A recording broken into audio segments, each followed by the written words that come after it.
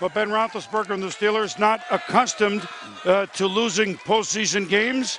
However, they're not accustomed to playing Aaron Rodgers. And the Green Bay Packers, MVP and you. champion. Congratulations. Thank you.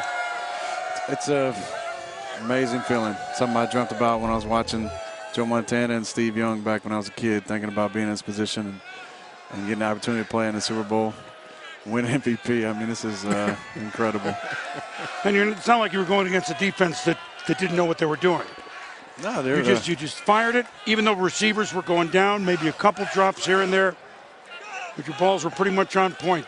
You know what? I felt pretty good tonight. I had a good week of preparation, great week of practice. Mike was really rolling through some calls tonight. I give him a lot of credit for the way he called things. You know, it's tough to run the ball.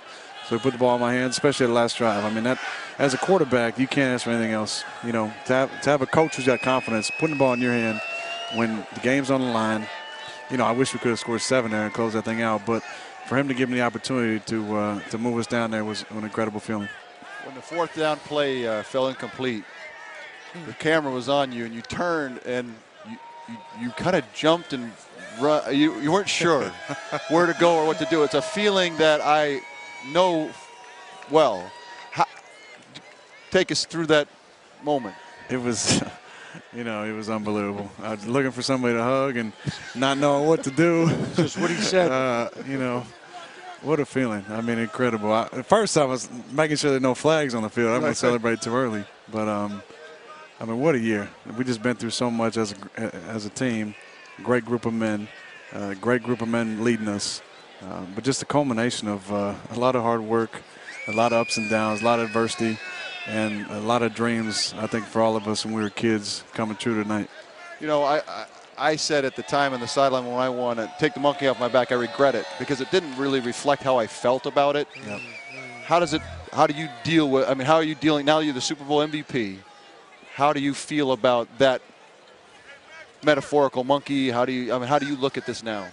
Well, I do remember that moment from the Super Bowl, and I was really happy for you, first of all. But being in a similar situation, and you know you and I have talked, I never felt like there was a monkey on my back. And a big reason for that is because the organization stood behind me, and my teammates stood behind me and believed in me and gave me an opportunity to be successful. So I got to thank the organization first, the fans for supporting me. My teammates for really being there for me when I needed them. And I told the organization, you know, back in 2008, you know, their decision would not be forgotten, and that I was going to repay them for that trust. But it has been an incredible journey, you know, from start to finish. Have you absorbed it? In the process of, Steve says it's like, you know, a hangover, and it lasts for a while. So I don't know what a hangover is, but not that. Yeah, that hangover. You know what? I haven't really got a chance to just sit down and reflect on the last 6 years. I've been running around like crazy here. Right. But I mean, what a journey! You know, what a journey for us as a team.